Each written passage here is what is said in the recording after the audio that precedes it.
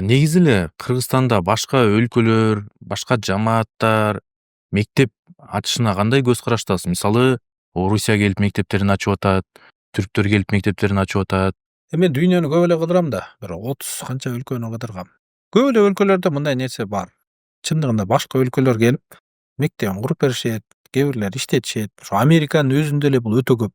Мамлекетте бир 20-30% мектептер чартер скул деп коет. Мамлекет ГЧП сыяктуу да, сен келип мектеп сал, ач, иштет. Биз бир окуучу балага мынча сом бөлүп беребиз. Бирок текшерүүлөр өтө катуу.